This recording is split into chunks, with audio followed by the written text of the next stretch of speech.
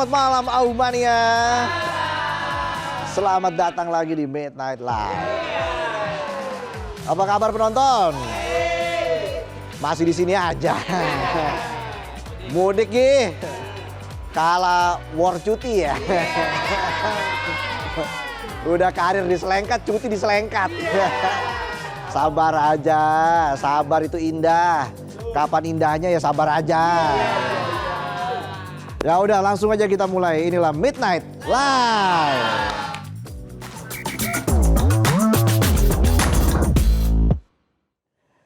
Berita malam ini kita bahas soal mobil dinas yang jarang masuk garasi tapi rajin masuk berita. Bukan karena ketahanan atau kecepatannya menembus segala medan, tapi karena angkanya di anggaran. Soalnya setiap kali dengar harganya orang langsung refleks ngelus dada sambil buka dompet. Mana makin dekat lebaran dompet makin tipis lagi. Bisa aja saya. Dan kali ini ceritanya datang dari kota Samarinda. Kisah tentang mobil dinas yang gak cuma jadi kendaraan penunjang kinerja, tapi juga penunjang gaya. Ujung-ujungnya jadi bahan gibah netizen se-Indonesia Raya. Menariknya dramanya masih di wilayah yang sama dengan kasus mobil dinas yang heboh kemarin. Yang marwah-marwah itu loh.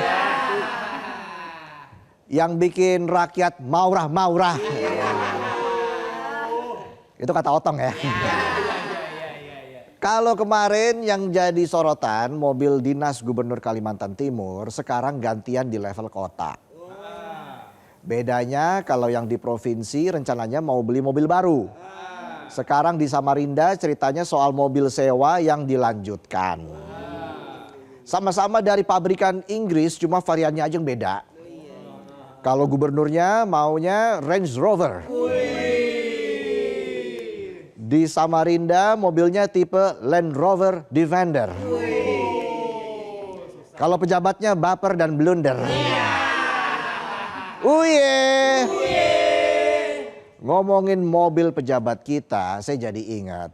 Dulu pemimpin Vatikan mendiang Paus Fransiskus ke Indonesia aja naik mobil Innova. Memang gak murah tapi buat selevel pimpinan ya bisa dibilang sederhana. Lah ini pejabat selevel provinsi, selevel kota aja gaya-gayaan mau pakai mobil buatan Britania Raya.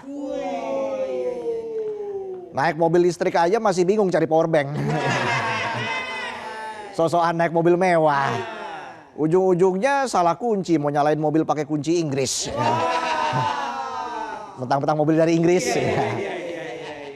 Terus pas mau belok yang dipencet bukan tuas sen tapi tuas wiper. Mana air wipernya habis lagi nggak tahu cara ngisinya. Nah ini kenapa harus pabrikan Inggris. So British banget. Kalau dipakai di jalanan depan Istana Buckingham sih pantas. Lah ini dipakai di jalan terendam. Dan emangnya kalau pakai kendaraan Inggris aksennya langsung berubah jadi British. I'm a British. Is the lift dead? Today is Tuesday ini. I need a welcome to Midnight Live. Udah kayak Adele gue. Jadi begini ceritanya. Ceritanya begini. Belum benar-benar beres polemik pengadaan Range Rover untuk mobil dinas Gubernur Kalimantan Timur, Rudi Masud. Kini Land Rover Defender sewaan untuk mobil dinas Wali Kota Samarinda, Andi Harun, jadi sorotan. Karena dianggap terlalu mewah dan menghabiskan anggaran ratusan juta rupiah per bulan. Kamis 12 Maret lalu, Kepala Bagian Umum Sekretariat Kota Samarinda, Dilan, saat ditemui wartawan nggak pakai bilang kamu nanya. Kamu bertanya-tanya. Dilan langsung membenarkan status sewa mobil tersebut. Dilan tanpa milea juga bilang beda ya. Iya. Kalau mobil Defender itu memang sewa sejak tahun anggaran 2022 dan kontraknya dimulai pada 2023 dan berakhir pada 2026. Katanya mobil itu disiapkan sebagai fasilitas untuk melayani tamu VIP yang berkunjung ke Samarinda. Ya nyambut tamu memang harus sopan, harus kasih pelayanan yang nyaman. Tapi kan nggak harus mewah juga. Kalau terlalu mewah tamunya sih nyaman. Rakyatnya nggak nyaman. Udah kerja keringetan, duit pajak buat sewa barang nggak bermanfaat. Dan ternyata nilai sewanya tembus 160 juta rupiah per bulan. Buset, 160 juta rupiah per bulan. Kalau dibeliin rumah subsidi tiap bulan punya rumah baru loh. 3 tahun dapat sekomplek tuh. Dilan bilang, jangan rindu berat biar aku aja. Beda ya. Jadi Dilan bilang wali kota Samarinda kadang pakai mobil Land Rover Defender buat kegiatan di lapangan dan pakai mobil Toyota Camry buat aktivitas di dalam kota. Kedua mobil dinas itu diketahui peninggalan wali kota sebelumnya, Syahari Jaang. Ini juga aneh, 2 mobil, 2 fungsi buat 1 orang. Kalau situ pebalap F1 wajar punya mobil 2. Ya kan? Situ kan kepala daerah, pakai 2 mobil itu buat apa? Buat pansos. Udah kayak postingan medsos. Fitnya kalem tapi story close friendnya flexing. Dia menambahkan kalau Pemkot Samarinda sebenarnya sempat merencanakan pengadaan kendaraan dinas khusus untuk kegiatan lapangan. Dengan pagu anggaran sekitar 4 miliar rupiah di tahun 2022. Tapi rencana pembelian itu nggak bisa direalisasikan, alasannya karena dealer nggak bisa menyediakan mobil dengan plat nomor warna merah buat kendaraan dinas pemerintah. Perkara plat nomor batal, kayak bukan di Indonesia aja. Padahal tinggal dikedipin langsung keluar itu plat nomor. Mau warna merah, kuning, meletus balon hijau. Gue pegang rat-rat. Bisa semua. Asal ngedipnya dibarengin sama amplop.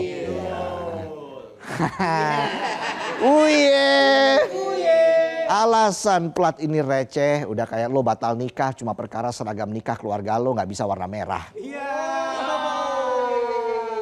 Ini mah bukan nggak bisa, emang bisa-bisaan aja.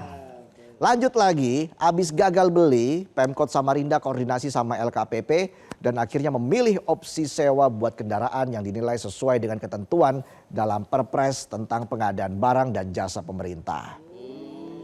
Masih kata Dilan nih, mobil Land Rover Defender itu disewa dengan kontrak minimal 3 tahun dan skema sewa dipilih karena dinilai lebih efisien, soalnya include biaya servis dan perawatan kendaraan. Katanya kalau servis mekaniknya langsung datang ke Samarinda dan semua biaya pemeliharaan ditanggung oleh pihak penyedia jasa sewa. Mekaniknya datang pas lagi aus, langsung dari Inggris nih mekaniknya. Udah kayak kunci Inggris, padahal kunci Inggris aja made in China. Tapi kalau kita hitung nih ya, sewa 3 tahun, mobil itu makan anggaran 5,7 miliar rupiah. Padahal pagu anggaran buat beli mobil baru di tahun 2022 sekitar 4 miliar rupiah. Jadi malah boncos 1,7 miliar. Ya meskipun katanya 160 juta per bulan sudah include biaya servis. Emang 3 tahun servisnya tembus 1,7 miliar. Udah dipakainya kadang-kadang buat tamu VIP, nggak masuk akal alasannya. Ini alasan apa asalan? Apa akal-akalan? Kita coba hitung 1,7 miliar kalau dibagi 3 tahun dapatnya 560 juta per tahun buat servis doang. Servis apaan setengah M. Emangnya ganti oli pakai saripati sawit. Kalau itu kan mahal di pembebasan lahan soalnya. Mau ganti ban tiap tahun juga nggak semahal itu kali.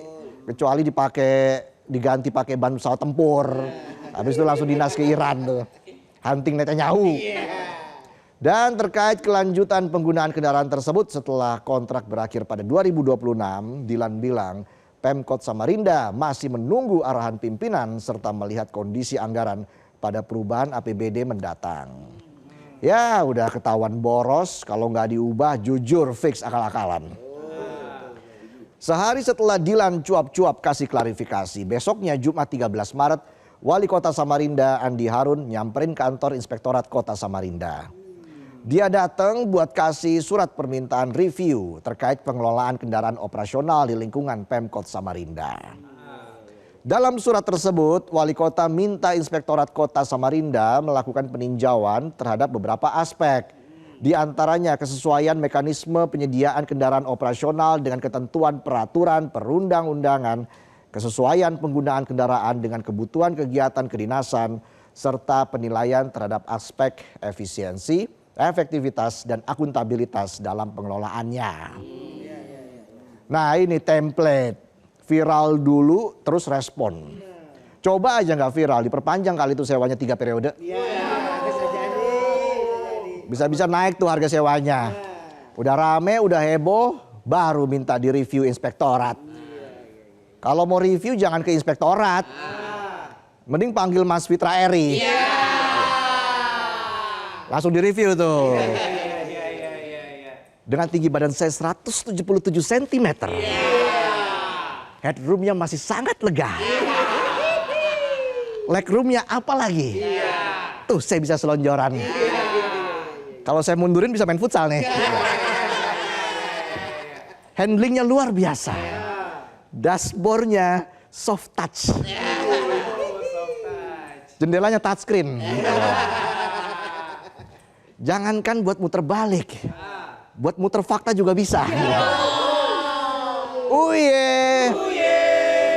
Sementara itu, Walkot Samarinda, Andi Harun menegaskan dalam mekanisme pengadaannya, kepala daerah secara khusus nggak minta jenis atau merek kendaraan tertentu. Karena itu jadi bagian dari proses administratif di lingkungan Pemkot. Ya nggak minta memang, cuma nitip spesifikasi.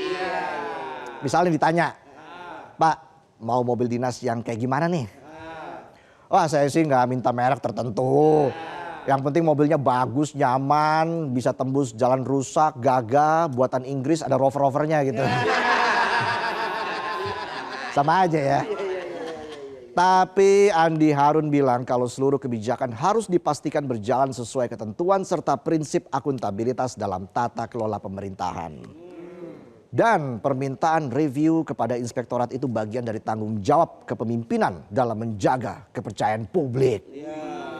Yaelah, kalau beneran mau jaga kepercayaan publik dari awal dilantik harusnya udah langsung dicek semua. Nggak pakai nunggu digibahin netizen. Bisa aja jok retrim. Jadi kalau dirangkum ceritanya, rakyat diminta hemat, pemerintah lagi dorong efisiensi. Tapi ternyata di daerah yang terjadi bukan efisiensi tapi lagi sewa gengsi. Wibawa pemimpin itu nggak dilihat dari mobil mewah tapi dari kinerja yang bikin rakyatnya sejahtera.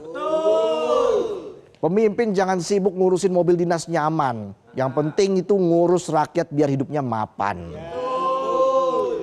Ingat, kursi kekuasaan itu cuma titipan dan anggaran publik itu bukan dompet pribadi yang bisa dipakai buat nambal gengsi.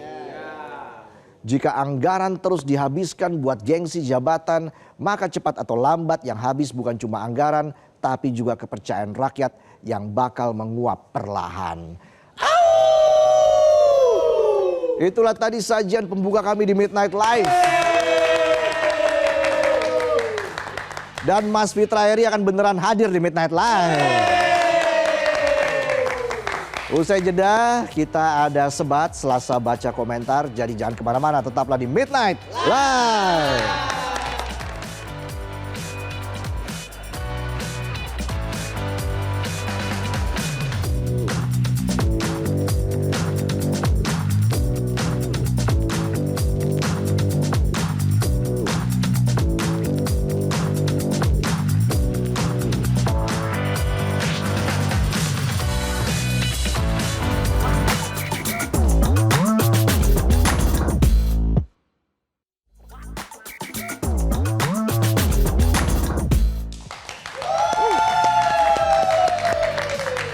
Kembali lagi di Midnight Live. Au mania, mana suaranya? Au.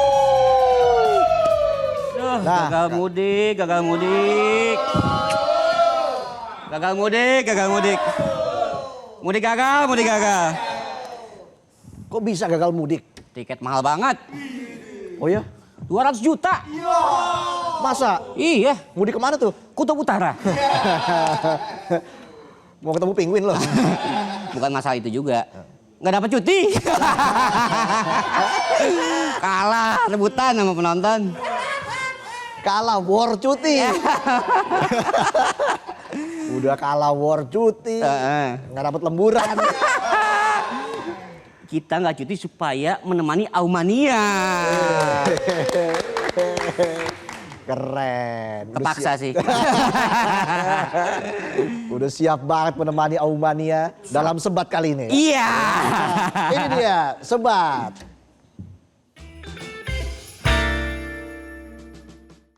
Yes. Selasa baca komentar. Yes. Temanya apa nih Tong? Nih, kali ini temanya bagaimana Aumania mempersiapkan kendaraan untuk mudik lebaran. Wah, penting Penting itu banget, agar biar nggak mudik mau- berjalan lancar dan aman. Sampai kampung halaman. Eh. Halaman keberapa ya? Takutnya sampai daftar isi doang. Jangan sampai daftar isi, sampai kata pengantar. Oke, komentar yang pertama dari @masyut07. Persiapan untuk mudik memang penting, tapi lebih penting lagi keadaan jalur yang kadang jalannya berlubang. Dan itu sangat membahayakan bagi penggunanya. Semoga selalu diberikan keselamatan dan pastinya agar senantiasa berhati-hati dan jangan memaksakan apalagi badan udah lelah menyetir dan tambah ngantuk. Nah, Bener juga tuh ya. kalau bolong-bolong, ya anggaran. Apa? Jalan. Ya mungkin karena anggarannya. Mungkin loh ya. Mungkin. Oke, lanjut lagi. Selanjutnya dari @kospaksis. Yang jelas harus di bengkel dulu H-2 minggu. Soalnya kalau seminggu udah terlalu ramai antrian di bengkel. Dan jangan lupa STNK jangan sampai ketinggalan. Dan yang terakhir, jangan pakai kendaraan dinas. Itu kendaraan dibiayai rakyat. Harus dipakai untuk kepentingan rakyat, bukan kepentingan pribadi. Au! Ya, siapa yang berani pakai mobil dinas? Siapa? Nggak tahu. Lanjut lagi dari komen yang ketiga @lemonade_dreams. Yang penting bensinnya nih pilih yang jangan banyak etanol. Au! Bannya juga jangan kempes kayak THR penonton tuh baru aja dikasih udah nggak tahu kemana keberadaannya. Ya. Itu THR apa Bang Toyib? Ya. 3 kali lebaran berarti THR-nya hilang. Lemonade Dreams tahu banget soal penonton. Iya. Jangan-jangan penonton. Second account-nya penonton ya. Lanjut. Dari @fauzan_islami. Ngomongin persiapan kendaraan buat mudik, kalau orang lain servis mobil atau motor, aku cuma bisa nyiapin diri dan mental. Soalnya tim mudik naik KRL. Tapi yang lebih penting dari cek kendaraan itu, cek kesiapan jawab pertanyaan horor. Kapan? Contohnya, kapan nikah? Kapan kerja? Kapan sukses? Ini yang lebih bikin deg-degan daripada macet di jalan. Aku juga siapin hati buat tetap senyum walau ditanya hal yang kadang belum ada jawabannya. Karena lebaran yang diuji bukan cuma kendaraan di jalan, tapi juga mental di ruang tamu yang penuh tekanan batin. Wah, emang kadang-kadang nggak ada habis-habisnya. Kapan nikah? Kita udah nikah nih. Kapan punya anak? Udah punya anak? Punya adiknya? Kapan? Nah, kapan resign? Ya masa resign? nyari kerja susah ya nggak? Lanjut. Serius dong ditanya begitu dong? Hah? Ditanya begitu? Enggak. Perumpamaan. Kirain. Ya dibohongin gak percaya. Oke lanjut lagi dari @adeljovi18. Kalau dari saya sih cuma gini, pastikan STNK nggak mati dan saldo e-tol bukan sisa kembalian kerupuk. Sebagai warga non-muslim yang sangat mendukung tradisi ini, saya doakan perjalanan kalian lancar jaya. Tolong mudiknya yang lama dikit, nggak apa-apa kok biar saya bisa ngerasain simulasi jadi pemilik kota yang nggak macet sebentar aja. Safe drive kawan-kawan, itu dia. Kasihan pulang-pulang SP2 ntar. Iya. Nggak pulang-pulang. Lanjut dong. Dari @Erya Ananda. Pernah rental mobil tapi nggak kuat nanjak. Selain kondisi fisik dan kendaraan, mental juga harus siap biar nggak panik. Oh, kadang-kadang kita kalau naik nggak kuat suka panik tuh. Naik jabatan. Suka ini ya, suka deg-degan kalau naik Deg-degan. jabatan. Masalah nggak naik-naik. Kalau penonton emang gak mau naik. Stuck. Itu dia, mental harus dijaga biar nggak mental. Nah, benar tuh. Iya. Nah, selanjutnya giliran siapa ini ya sekarang? Anda. Oh, giliran saya ya. Komentar yang ketujuh dari Muhammad Z2 Inal. Persiapan kendaraan nomor 1 itu bukan ganti oli, tapi ganti saldo. Di dompet. Percuma mesin halus kalau pas sampai gerbang tol kartunya bunyi saldo Anda tidak cukup. Nah, Hostnya ada yang mau pinjemin kartu sakti nggak? Kartu sakti. kita aja nggak punya ya. Emang keras sakti. Lanjut. Selanjutnya dari @whonames. Kendaraan sudah siap dipasangin papan Bismillah mudik. Tinggal mental saja yang harus disiapin buat nahan pegal dan panas. Tolong hostnya doakan biar pinggang netizen tetap aman sampai tujuan. Amin. Ada bait pantun nih. Pergi ke pasar beli celana. Pulangnya mampir beli ikan patin. Kendaraan mudik sudah prima. Semoga selamat sampai ke batin. Ini pulang kamu apa pulang ke batin nih? Tapi niat loh ngetiknya. Niat. Sampai Panjang. bikinin pantun. Iya. Nah, lanjut lagi dari @Farid Faizid. Nggak mudik sih, tapi sebelum mudik cek dulu siapa tahu ada sesuatu penting yang tertinggal. Maaf, semisal kalau sudah sampai di depan gerbang tol, tahu-tahu lupa bawa kartu tol. Wah, Lupa bawa kartu e-tol. banyak terjadi di kota-kota besar itu. Selain saldonya 0. Yang terakhir Tong. Dari @panskyless. Punten ini mah buat para ciwi-ciwi. Rutinlah ganti oli itu. Barusan adik gue dimarahin sama bokap perkara kagak ganti oli. Ya, aduh. Iya itu penting, harus rutin kan. Ntar kering-kering jadi apa kalau kata Boa jadi kan ganti oli. Jadi chili oil. Kata Boa kemarin kan. Iya. Kalau sering-sering ganti oli biar nggak jadi chili oil. Itu maksudnya. Keren, kita kasih tepuk tangan buat Aumania. Yeay. Komentarnya lucu-lucu ya. Lucu-lucu. Semoga mudiknya berjalan dengan lancar dan aman. Ya. Dan bisa berkumpul bersama keluarga di kampung halaman. Wah, itu perasaannya luar biasa. Iya, kalau ngantuk jangan lupa melipir dulu ke rest area. Rest area artinya apa itu? Rest itu artinya istirahat. Area? Area ya area. Jadi? Tempat tidur. Bed cover dong itu. Beda ya? Beda. Ya udah, kita jeda dulu. Mending saya ngobrol sama ahlinya aja langsung nanti deh. Ya. Mau ngomong sama ahlinya? Iya. Saya izin dulu deh. Kemana? Saya nyiapin mobil. Gak jadi ke Kutub Utara Nggak tadi? jadi, saya bawa mobil aja. Spion saya miring. Udah iklan nih. Fitra Eri akan hadir di Midnight Live. Saya jeda. Jadi jangan kemana-mana, tetaplah di Midnight Live.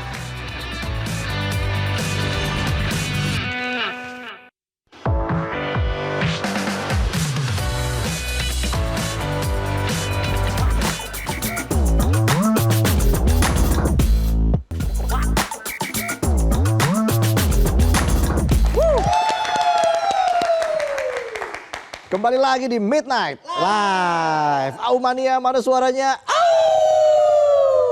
Langsung saja kita sambut, ini dia Fitra Eri. Wah, Mas Fitra, apa kabar? Silakan duduk. Yes, sehat ya Mas Fitra. Terima kasih loh sudah mau balik lagi ke Midnight Live. Oh, selalu buat Midnight Live pasti siap. Nggak mudik nih Mas Fitra? Nanti insya Allah Lebaran hari kedua. Lebaran hari kedua? Iya. Mudik kemana Mas Fitra? Insya Allah ke Tasik. Oh, ke Tasik. Ke kampung halaman istri. Oke, berapa hari tuh Mas Fitra? 22 sampai 25, 3 malam. 3 malam cukup tuh ya? Cukup. dengan Yang keluarga. penting makan makanan Lebaran, nyekar, sama Iya. ketemu keluarga.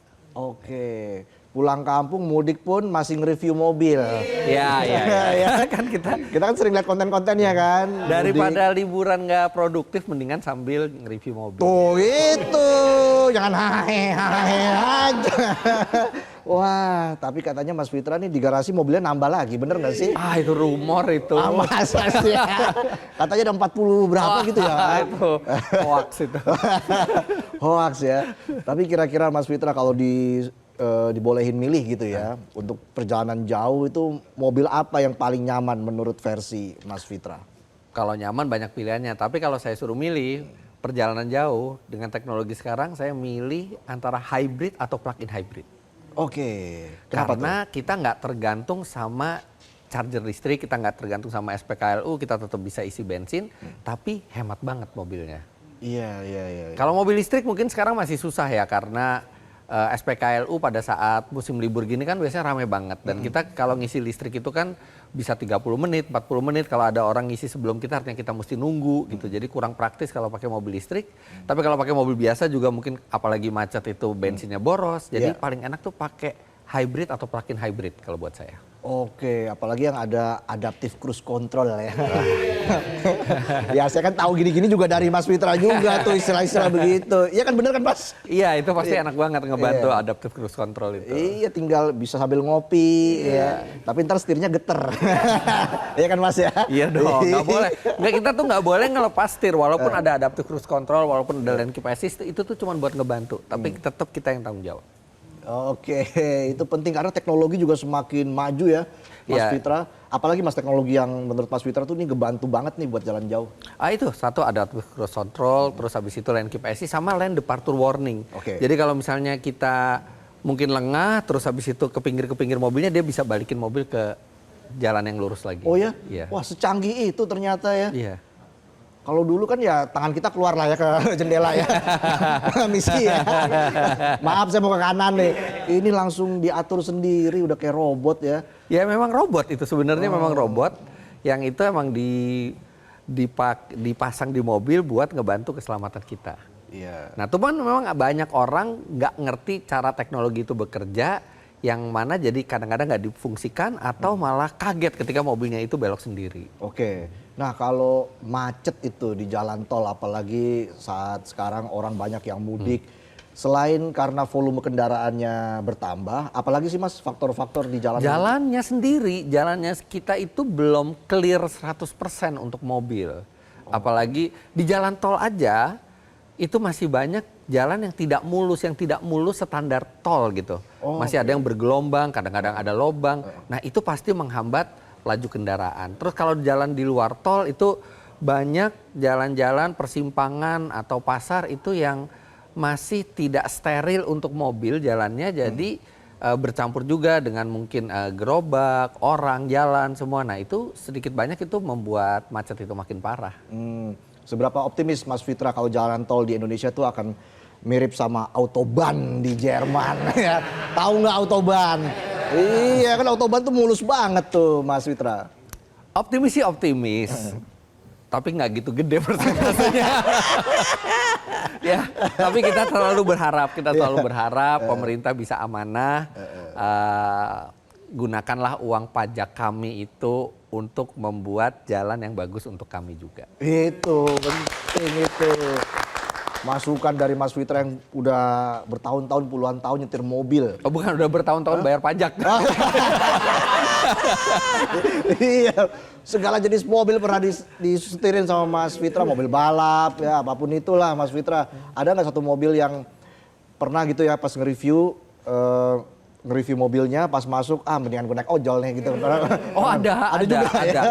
Mobil Cina di kira-kira 20 tahun yang lalu.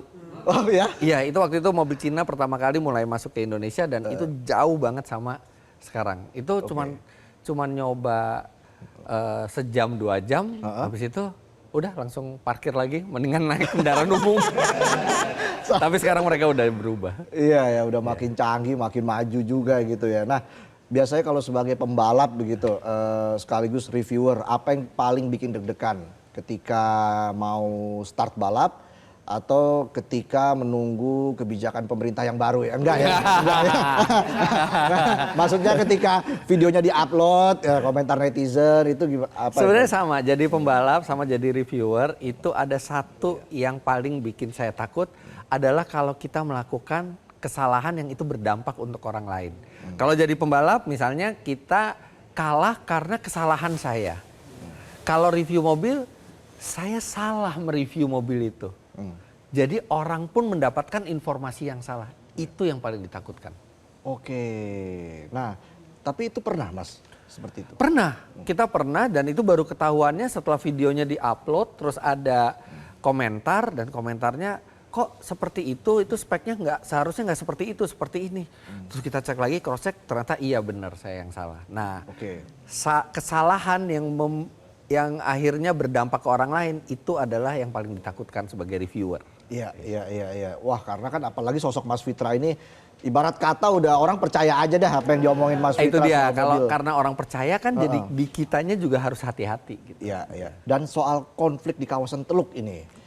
Berat banget kan dari mudik. Langsung kawasan Teluk. Iya. Memang biar Mas Fitra kaget juga tadi kayak tadi.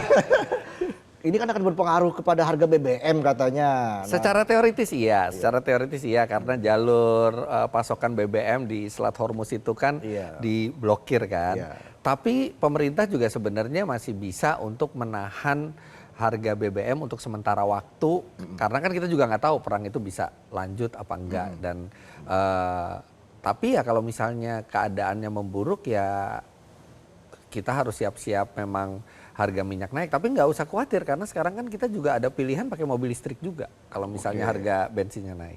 Oke, jadi orang-orang bisa berpikir, wah saya lebih milih mobil listrik nih. Ya maksudnya kita ada alternatif, kita tidak tergantung 100% ke minyak bumi gitu. Oke, apalagi mobil hybrid tadi irit juga ya? Hybrid juga irit, nggak terlalu banyak, tapi kalau EV atau plug-in hybrid malah itu bisa kita menghilangkan ketergantungan ke BBM sama sekali. Oke, ketika mudik mungkin nanti di tahun-tahun sebelumnya juga orang makin banyak lagi alternatifnya seperti betul. itu ya. Tapi selama mudik tantangan terbesar dari seorang pengendara mobil itu apa tuh Mas? Dari pengalaman Mas jadi dari Fitra. tadi ngomong mudik gitu yang kita harus persiapkan buat mudik, mobil lah, rute segala macam. Sebenarnya ada satu syarat kalau orang mau mudik. Apa itu? Kalau syarat ini nggak dipenuhin, ya nggak bisa terjadi mudik yang aman dan nyaman. Syarat pertama orang kalau mau mudik itu harus punya kampung halamannya dulu. Iya juga sih ya. Iya kan? Iya. Kalau dia tinggal di kampung halamannya, dia mau mudik kemana kan? Baru habis itu kita bicara teknis. Ini akibat saya terlalu percaya sama Mas Fitra ini. Udah serius ya kan? Iya harus ada kampung halaman ya. Bener juga sih. Satu yang ditakutin kalau mau mudik adalah kita udah mobil udah siap semua, kita udah siap jalan. Ternyata kita udah di kampung kita. Kan nggak jadi mudik. Iya. Emang ngomongnya akal masuk sih ya. Masuk akal. Kesalahan paling umum dari seorang pengemudi ketika mudik dan juga ketika ya jalanan dengan ramai sekali, volume kendaraan banyak sekali. Nah, kesalahan umum dari seorang driver itu biasanya apa aja sih Mas? Oke, yang pertama itu adalah tidak overestimate ke dirinya sendiri. Jadi udah perjalanan panjang tuh dia merasa bahwa saya bisa nih. Tanpa memperhitungkan bahwa setelah beberapa jam akan lelah, akan ngantuk gitu. Dan itu yang bikin banyak kecelakaan karena pengemudi itu lelah. Dan kemudian banyak juga kesalahan yang dilakukan adalah membuat mobil mudik kita itu overweight. Penumpangnya penuh, barangnya penuh, ditambah lagi di atas. Jadi melewati kapasitas maksimal dari mobilnya. Nah, kesalahan sebenarnya banyak ya, tapi yang umum saya lihat itu satu overestimate diri sendiri, jadi melebihi kapasitas dia sebagai pengemudi dan juga melebihi kapasitas kendaraannya dalam hal overweight dan overdimension. Oke, dan juga mobil harus rajin diservis. Yes, nah kalau servis mobil itu sebenarnya itu adalah hal yang bisa kita lakukan dengan mudah karena sekarang mobil itu bisa dilakukan general check up atau perawatan berkala di bengkel resmi. Oke. Jadi itu nggak ada salahnya buat kita lakukan sebelum mudik dan ketika sebelum berangkat juga kita pastikan lagi ban, kemudian cairan, oli dan tidak ada instrumen-instrumen yang peringatan yang menyala di mobil. Iya. Tapi yang jauh lebih penting dari itu adalah kondisi kita. Karena 90% kecelakaan di jalan raya bukan karena faktor kendaraan tapi karena faktor drivernya. Oke, karena faktor driver dan banyak juga kita lihat di media sosial insiden-insiden kecelakaan yang terjadi itu dari dashcam mobil pribadi. Ya. Ya, kan itu banyak sekali kan. Ya. Nah, seberapa penting untuk kita bisa menyediakan dashcam di mobil sendiri? Ya, jadi dashcam itu bisa jadi alat bukti kalau misalnya terjadi sesuatu. Ya. Karena dashcam itu bisa merekam langsung tempat kejadiannya ketika kecelakaan itu terjadi. Dan makanya sekarang itu bukan lagi seperti aksesoris yang tidak dibutuhkan. Sekarang banyak sekali orang membutuhkan dashcam, yaitu karena hari sial kan nggak ada di kalender. Iya. Jadi ketika ada sesuatu, dia bisa keluarkan rekaman itu tidak menunggu CCTV dari jalan semua. Menurut saya dashcam itu penting sekali. Perlu diwajibkan nggak? Kalau di beberapa negara itu diwajibkan. Oke. Karena itu akan sangat mempermudah tugas kepolisian untuk menyelidiki penyebab kecelakaan. Saya rasa diwajibkan, artinya kalau diwajibkan itu dari kita beli mobil itu sudah ada dashcamnya ya. Iya. Apalagi kan CCTV kita sering error ya. Ya mungkin ya. Ya kadang kan gambarnya kabur gitu. Atau filenya hilang. Iya. Nggak usah ditambahin lah Mas Fitra. Iya itu penting banget pakai dashcam itu karena ya itu sebagai bukti buat ke pihak yang berwenang bahwa ini loh fakta yang terjadi di lapangan seperti ini. Nah, Mas Fitra sendiri punya tips nggak untuk para pemudik? Oke, yang nomor satu pastikan ya itu punya kampung halaman dulu. Iya. Terus pastikan mobilnya fit. Mobilnya fit. Kondisi kita fit. Iya. Terus abis itu yang penting adalah ketika kita mau merencanakan perjalanan, kita juga tahu di mana kita istirahat. Oke. Jadi kita akan istirahat di sini, di rest area ini, di sini. Sama satu lagi, ini simple, tapi penting, jangan pakai target waktu. Udah anggap aja kalau kita mau mudik itu sudah pasti macet, sudah pasti lama, nikmati saja perjalanannya. Nikmati jadi saja itu minimal perjalanan. secara mental kita nggak breakdown gitu loh mentalnya ketika kita berharapnya lancar ternyata macet. Mendingan dari awal kita udah tahu ya ini udah pasti macet, udah kita nikmatin aja ya perjalanan, kita nggak ada target waktu. Itulah kenapa kondisi mobil itu sangat penting. Kita harus mengenal mobil kita sendiri. Bahkan ada yang sampai namain mobilnya, ya kan Mas Fitra ya? Oh, Mas Resa ya? Siapa nama mobilnya Mas? Budi apa? Enggak lah, saya kan mobilnya nggak sebanyak Mas Fitra. Justru karena dikit bisa dikasih nama kan? Tapi kan Mas Fitra juga koleksinya ada mobil klasik tuh. Nah dengan harga BBM yang ya kita nggak berharap BBM akan naik gitu ya. Tapi ketika BBM naik tuh worth it nggak sih kita masih mengoleksi mobil-mobil klasik Mas Kan Fitra? mengoleksi tidak harus dipakai kan? Oh gitu? Kalau bensinnya lagi itu ya tinggal ditaruh di garasi, namanya juga dikoleksi. Oke. Jadi mobil itu kalau yang kita pakai buat sehari-hari, yang buat kegiatan sehari-hari, itu adalah harus yang reliable, harus yang relatif baru. Bahkan kalau misalnya kita tinggal di Jakarta, mungkin sebaiknya yang listrik, EV. Oke. Nah itu, yang penting kita udah ada mobil buat kita sehari-hari. Nah mobil hobi, ya itu nggak perlu dipakai setiap hari. Oke. Jadi nggak masalah mau BBM naik karena itu bukan mobil yang kita pakai setiap hari. Jarang dipakai gitu ya? Jarang dipakai, ya. Berarti servisnya nggak nyampe setengah M lah ya? Servis mobil apa setengah M? Nah itu juga saya juga jadi kaget saya kan. Ya. Kok bisa servis 500 juta? Nggak mungkin ya, setahun 500 juta tuh nggak mungkin ya Mas. Pesawat Cessna aja nggak sampai segitu servisnya. Oh iya, oke. Berarti mungkin itu berita apa tadi sih ya? Gitu Mas, jadi memang banyak soal mobil ini yang kita juga kadang belum mengenal mobil kita sendiri. Yang penting ini bisa dipakai, semuanya aktif, semuanya bagus. Ya karena kan mobil kan itu adalah paduan dari ribuan komponen. Ada dari besi, dari karet, dari plastik, bahkan ada sejumlah komponen itu yang bergesekan satu sama lain, bergerak, berinteraksi satu sama lain, yang mana seiring berjalannya waktu pasti dia akan aus, dia juga akan berkurang performanya semua. Nah itu makanya kenapa mobil itu harus dirawat, harus di-maintain. Jadi jangan berpikir kalau misalnya kita beli mobil itu akan selamanya kondisinya akan prima terus. Makanya kenapa kita harus general check up ke bengkel atau maintenance ke bengkel, apalagi sebelum perjalanan seperti mudik. Iya, nah itu juga tips buat Aumania agar jaga kesehatan juga yang penting. Apa mania? Aumania, ya. Au. Penonton kita Aumania. Oh. Iya, Mas Fitra udah 2 kali loh padahal kesini. Dia pertama kesini belum ada namanya. Belum ada. Sekarang udah ada namanya. Aumania. Iya Mas Fitra. Nah kira-kira apalagi Mas, mungkin tips buat pengendara motor deh, Mas Fitra. Pengendara motor, Iya. oke. Ini motor itu maksimal berdua.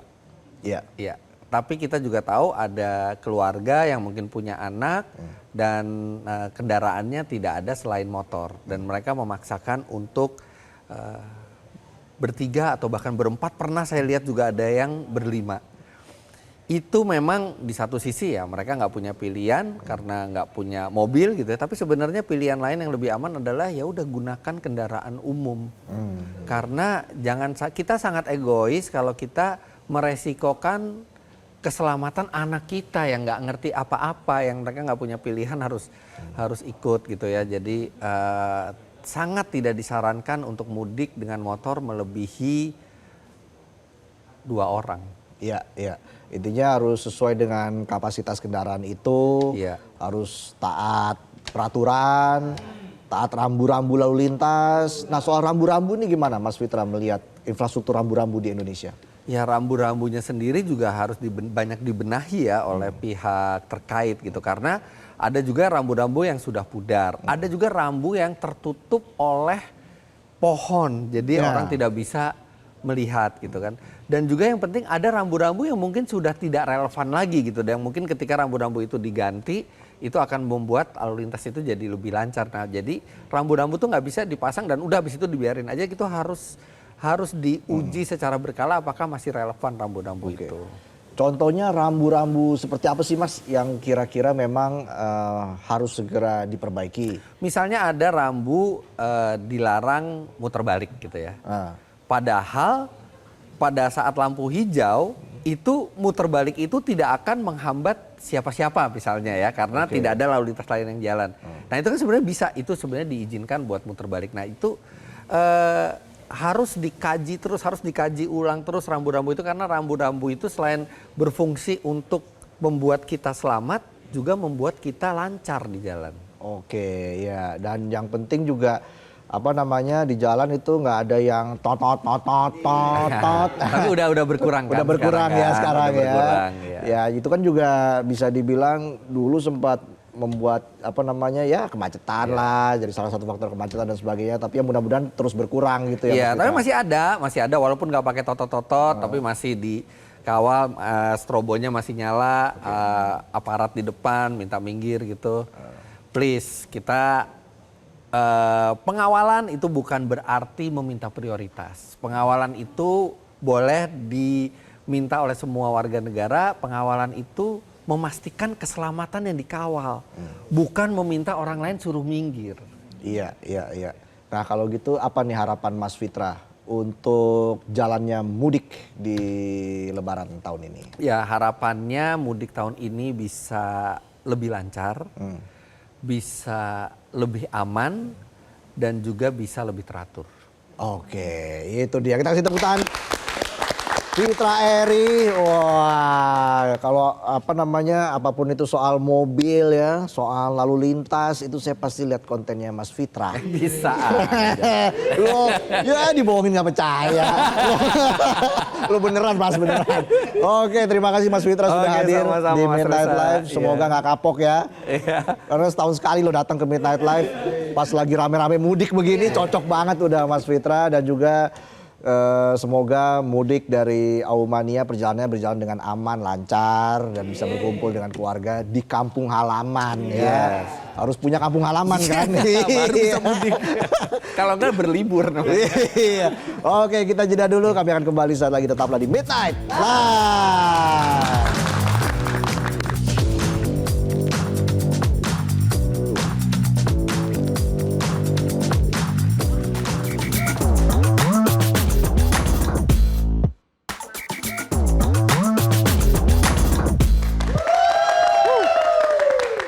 Kembali lagi di Midnight Live. Program mudik gratis kembali digelar untuk membantu masyarakat pulang kampung dengan aman dan nyaman. Wakil Presiden Republik Indonesia Gibran Rakabuming Raka secara langsung melepas ribuan peserta mudik yang diberangkatkan ke berbagai daerah tujuan. Informasi itu akan menutup perjumpaan kita di Midnight Live. Terima kasih penonton sudah hadir. Terima kasih juga untuk Aumania sudah menyaksikan Midnight Live dan juga terima kasih untuk seluruh kerabat kerja yang bertugas. Kita jumpa lagi besok di Midnight Live.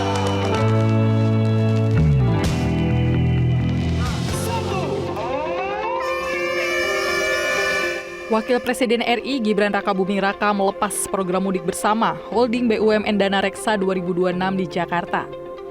Sebanyak 1.900 peserta dari 475 kepala keluarga diberangkatkan menggunakan 39 armada bus menuju berbagai kota di Pulau Jawa, Sumatera, dan Sulawesi. Wakil Presiden juga meninjau kondisi bus serta menyerahkan bingkisan secara simbolis kepada peserta. Dalam kesempatan tersebut, Wakil Presiden mengingatkan pemudik untuk menjaga keselamatan selama perjalanan, mengingat puncak arus mudik diperkirakan terjadi pada 17 hingga 19 Maret dengan kepadatan lalu lintas. Wakil Presiden juga menyampaikan rencananya akan menjalankan sholat Id di Jakarta sebelum bertolak ke Solo untuk merayakan Idul Fitri. Bis yang diberangkatkan ke Jawa Tengah, Jawa Timur, ya, kita doakan semua peserta mudik gratis ini nanti dapat lancar sampai tujuan. Saya titip salam untuk keluarga di kampung ya. Terima kasih. Semoga dilancarkan semua. Di tempat lain, ratusan peserta mudik lebaran telah diberangkatkan dari Medan, Sumatera Utara menggunakan 7 unit bus. Sebanyak 250 pemudik berangkat dari halaman kantor Pegadaian menuju sejumlah daerah tujuan baik di dalam maupun luar provinsi, seperti Aceh, Sumatera Barat, Padang Sidempuan, Rantau Prapat, dan Panyabungan. Program mudik ini ditujukan bagi masyarakat yang ingin pulang kampung menjelang Idul Fitri, khususnya yang menghadapi keterbatasan biaya dan akses transportasi. Peserta yang telah mendaftar sebelumnya diberangkatkan dengan fasilitas perjalanan dasar untuk menunjang perjalanan menuju kampung halaman. Dan disaring menjadi 250 yang diberangkatkan hari ini. Tentu kendaraan yang kami siapkan juga mulai dari bisnya, kondisi di dalamnya juga semuanya nyaman, aman, dan ada pendampingnya. Memasuki musim mudik lebaran, Polresta Bandung menghadirkan pos pelayanan terpadu di kawasan Nagrek, Bandung, Jawa Barat. Pos ini menjadi tempat singgah bagi pemudik untuk beristirahat sejenak sebelum melanjutkan perjalanan menuju kampung halaman. Mengusung konsep lembur kaheman, pos ini menampilkan nuansa pedesaan khas budaya Sunda dengan dominasi material bambu yang menciptakan suasana tenang dan nyaman. Selain sebagai area istirahat, pos juga menyuguhkan hiburan kesenian tradisional serta berbagai fasilitas pendukung seperti layanan kesehatan, tempat ibadah, wifi gratis, area bermain anak, pengisian daya mobil listrik, hingga layanan bengkel bagi pemudik yang mengalami kendala kendaraan. Metro TV. Jelajahi cara baru mendapatkan informasi. Download Metro TV Extend sekarang.